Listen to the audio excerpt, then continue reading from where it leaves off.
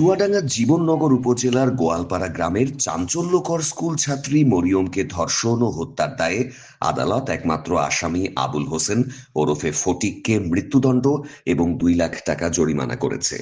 শিশু সহিংসতা দমন ট্রাইব্যুনাল চুয়াডাঙ্গার বিচারক মোহাম্মদ মুক্তাগির আলম আজ 20 জুলাই সোমবার বেলা 11টা 50 মিনিটে আসামির উপস্থিতিতে এই চাঞ্চল্যকর মামলার রায় ঘোষণা করেন। আদালত ও মামলার এজাহার সূত্রে জানা গেছে, 2023 সালের 21শে ডিসেম্বর গোয়ালপাড়া গ্রামের মরিয়ম খাতুন কয়েকজন শিশুকে সাথে নিয়ে মাঠে শাক তুলতে যায়।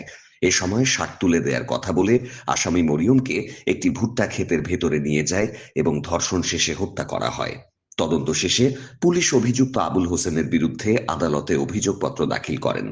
আবুল হোসেনের বাড়ি পার্শ্ববর্তী গয়েশপুর গ্রামে। আসামি আদালতে 164 ধারায় স্বীকারোক্তিমূলক জবানবন্দি দেয়। চুয়াডাঙ্গা নারী ও শিশু আদালতে পিপিএমএম শাহজাহান মুকুল জানিয়েছেন, 31 জন সাক্ষীর সাক্ষ্য গ্রহণ শেষে আদালত এই রায় ঘোষণা করেন। রায়ে বাদী এবং রাষ্ট্রপক্ষ উভয় সন্তুষ্ট। ধর্ষণ এবং হত্যা মামলার আজকে রায়ের জন্য দিন ধার্য ছিল। মাননীয় আদালত এই মামলার 31 জন সাক্ষীর সাক্ষ্য পর্যালোচনা করে সর্বোচ্চ শাস্তি আবুল হোসেন আলাইস ফটিকের মৃত্যুদণ্ড রায় ঘোষণা করেছেন এবং 2 লক্ষ টাকা জরিমানা ঘোষণা করেছেন।